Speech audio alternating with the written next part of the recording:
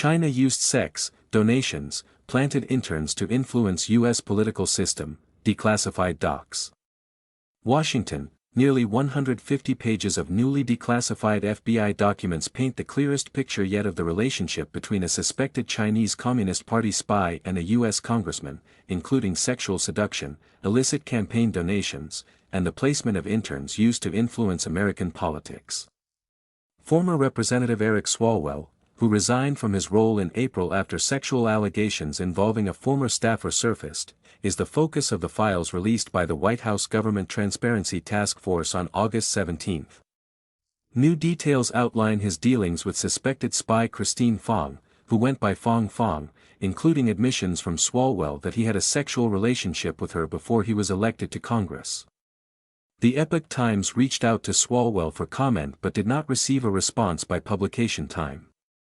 Swalwell told FBI agents that Fong showed up at his apartment unannounced, probably before he was elected to Congress, and the two hooked up. In a subsequent interview, one of the three recorded in the documents, he told the FBI they were last physically intimate in March 2015, describing the relationship as casual and non-romantic.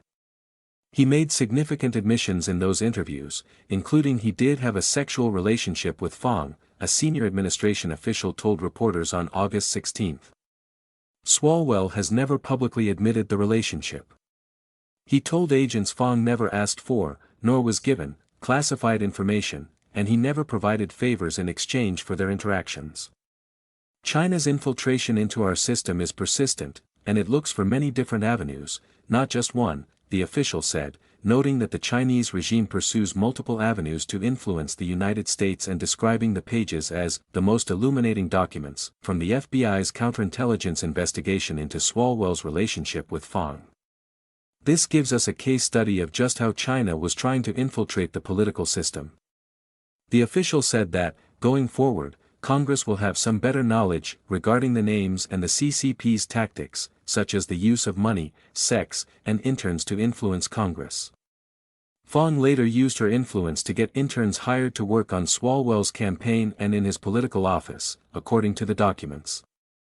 Investigators leading Operation Freshman 15, looking into the congressman's campaign finances, initially believed the interns were part of a quid pro quo agreement and approved a $1,000 donation from undercover agents to Swalwell's campaign through Fong as part of the ruse to uncover criminal activity. But after failing to find evidence within the allotted timeframe, they closed the investigation. In this case here, you see an effort to get close to a brand new freshman congressman by a woman who had clear Chinese intelligence ties, the official said, emphasizing Fong's ability to compromise Swalwell through seduction and illegal straw donations to his campaign. Rusty thumbs. Files also reveal an FBI operation to recruit Fong, codenamed Rusty Thumbs, that began in 2013. She is identified in the documents as connected to the CCP's Ministry of State Security, the regime's equivalent of the CIA.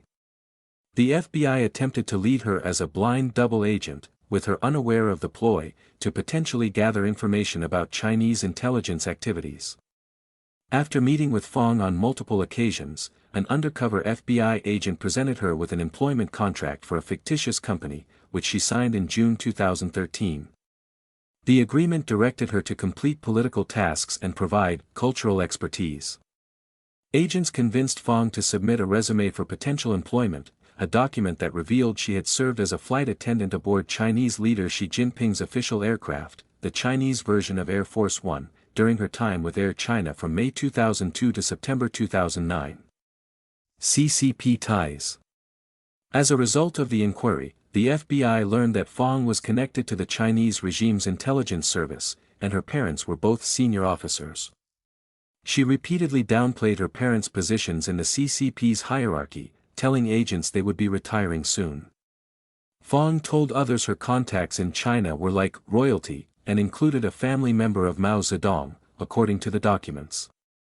She was prepared to use sex as a way of gaining entry into the American political system, and that she was also interested in making donations as a way of gaining influence inside the circles, the official said.